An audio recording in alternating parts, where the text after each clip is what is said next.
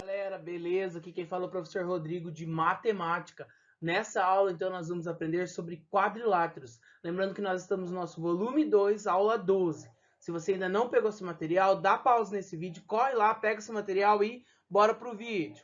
Galera, quando nós falamos em quadriláteros, nós temos alguns elementos de quadriláteros que nós temos que observar, né? Algumas características. Então, o que eu vou pedir para vocês? Vamos identificar algumas características que têm em comum esses polígonos que estão aí nessa figura. Observe que nessa figura nós temos vários polígonos. O que é um polígono, professor? É uma figura com vários lados, certo? Então, nós temos vários polígonos. Quais são os principais que nós conseguimos ver? Isso, o quadrado, o retângulo, o que mais? Um trapézio, isso mesmo, um losango. Mas vamos estudar as características de cada um deles? Vamos lá? Nesse quadrilátero, nós temos então, em nossos vértices são S, R, T e U. Os nossos lados, então, são RS, ST, TU e UR. Nós temos nossos ângulos internos, que é o ângulo Rzinho, que é o ângulo Szinho. Nós temos também o ângulo Tzinho e nós temos o ângulo Uzinho. E também temos os ângulos externos, que é o ângulo A, o ângulo B, o ângulo C e o ângulo D. Certo, galera? Acompanhe as seguintes experiências depois de desenhar o quadrilátero qualquer e pintar seus ângulos internos de cores diferentes. Vamos lá, então. Nós temos esse quadrilátero. Se nós, então, dividirmos esse quadrilátero em 4 partes, certo? Nós pintamos os nossos ângulos e nós sabemos que nós temos o ângulo verde, o ângulo rosa, o ângulo laranja e o ângulo amarelo. Se nós juntarmos esses ângulos, nós teremos essa figura. Só que nós sabemos que quando fala sobre uma circunferência, nós temos 360 graus. O que nós podemos concluir com isso, então? Que a soma dos ângulos internos de um quadrilátero é igual a 360 graus. Pessoal, para complementar, então, nossos estudos sobre soma dos ângulos internos de um quadrilátero, nós temos, então, um quadrilátero e nós temos uma circunferência. Lembrando que quando nós falamos em circunferência, ela tem 360 graus. Eu vou fazer a transferência, então, desses ângulos do quadrilátero para a nossa circunferência. Fazendo essa transferência, nós temos que os nossos ângulos AD e depois o nosso ângulo B e, por último, o nosso ângulo C. O que está acontecendo? Os ângulos internos, então, do nosso quadrilátero, ele é igual a 360 graus, certo? Pessoal, então nós podemos classificar os quadriláteros de acordo com suas características. Uma delas é o paralelismo entre seus lados opostos. Nós temos aqui, então, alguns casos especiais de paralelogramos. Lembrando que, se você não baixou o QR Code ainda no seu celular, não perca tempo. Lá na página 12 do nosso volume 2, nós temos esse QR Code que vai enriquecer os seus estudos. Pessoal, nós vamos trabalhar, então, nessa aula, algumas propriedades aí dos nossos quadriláteros. O primeiro quadrilátero que nós temos aqui é o quadrado. Lembrando que o quadrado é aquele quadrilátero que tem todos os lados iguais. Observe que eu coloquei o lado DC igual a 3,34, o lado CB igual a 3,34, o lado BA igual a 3,34 e o lado AD igual a 3,34. Outra característica é que os ângulos do quadrado são todos iguais a 90 graus. Observe que se eu movimentar o meu quadrado, a medida dos seus lados sempre serão congruentes e os ângulos eles não se alteram, certo? Nós temos também o retângulo tem dois lados congruentes, esse lado é congruente a esse. Observe que o lado KM e NL tem a mesma medida, o lado LK e o lado MN também tem a mesma medida, seus ângulos são iguais a 90 graus e se nós movimentarmos o nosso retângulo, observe que quando movimentamos o nosso retângulo, os seus ângulos sempre igual a 90 graus. Quando nós falamos de um paralelogramo, ele tem, então, dois lados congruentes, ou seja, o lado GF é congruente ao lado IH, o lado HG é congruente ao lado FI. Também, se eu movimentar o meu paralelogramo, os nossos lados continuam paralelos. E os nossos ângulos, quando eu falo em paralelogramo, os ângulos que são opostos, eles são congruentes. Observe que o ângulo F é congruente ao ângulo H e o ângulo G ele é congruente ao ângulo I. Se eu modificar esses dois ângulos, eles vão continuar congruentes. O nosso losango também tem 4 lados iguais, então observe que QP é a mesma coisa que TQ, é a mesma medida que ST e é a mesma medida que PS. Todos têm a mesma medida, ou seja, seus lados são congruentes e os seus ângulos opostos são congruentes, são iguais também. Observe que o losango ele tem... Quais são os quadriláteros que têm dois pares de lados paralelos? Então vamos lá, galera. Nós temos então o nosso quadrilátero que tenha dois pares de lados paralelos.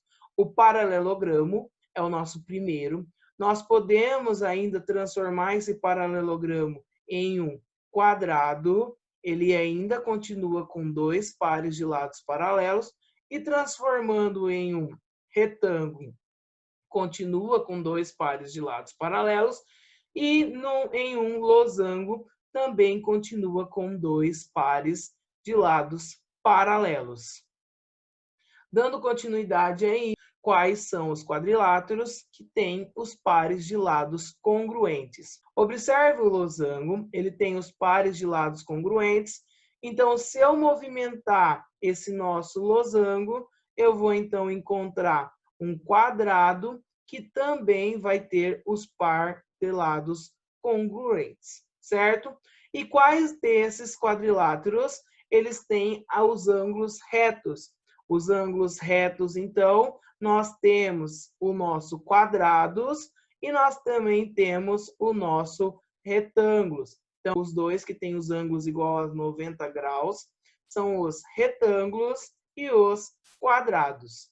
E observe que se eu movimentar o nosso retângulo, eu consigo fazer com que ele vire um quadrado e os seus ângulos ainda continuam igual a 90 graus. Espero que você tenha entendido. Pessoal, nós vamos estudar então sobre os retângulos. Nós sabemos que quando nós estamos trabalhando com os retângulos, os lados opostos são congruentes. Então, PQ é congruente a SR e PS é congruente a QR. Nós vamos então dividir esse retângulo em duas partes. A primeira parte vai equivaler a esse triângulo, que é o triângulo PSR.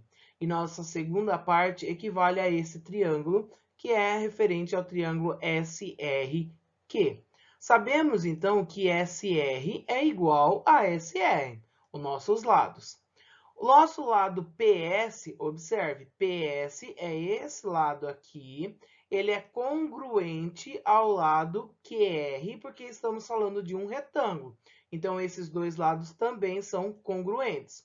O nosso ângulo PSR e o nosso ângulo SRQ, eles medem 90 graus. Então, aqui nós temos o nosso ângulo de 90 graus e aqui nós temos o nosso ângulo de 90 graus.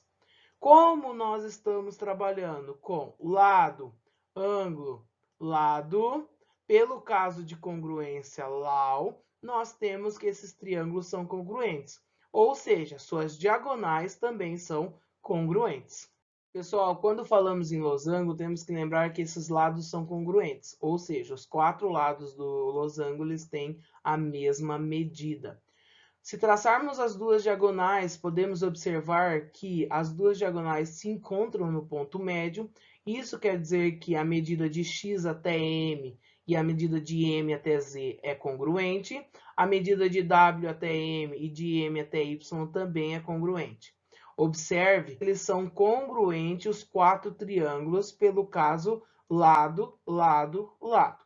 Se eles são congruentes pelo caso lado, lado, lado, nós sabemos que esse ângulo x é igual a esse ângulo x, que aqui nós podemos, então, no nosso triângulo ZMY, construir o nosso ângulo M, que também vai valer x, e nosso triângulo WMZ, nós podemos ainda construir o nosso ângulo, e ele também vai valer x.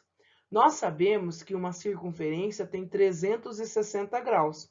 Isso quer dizer, se eu dividir 360 graus por 4, mas professor, por que por 4? Porque nós temos 4 ângulos congruentes. 360 dividido por 4, isso quer dizer que cada ângulo mede 90 graus.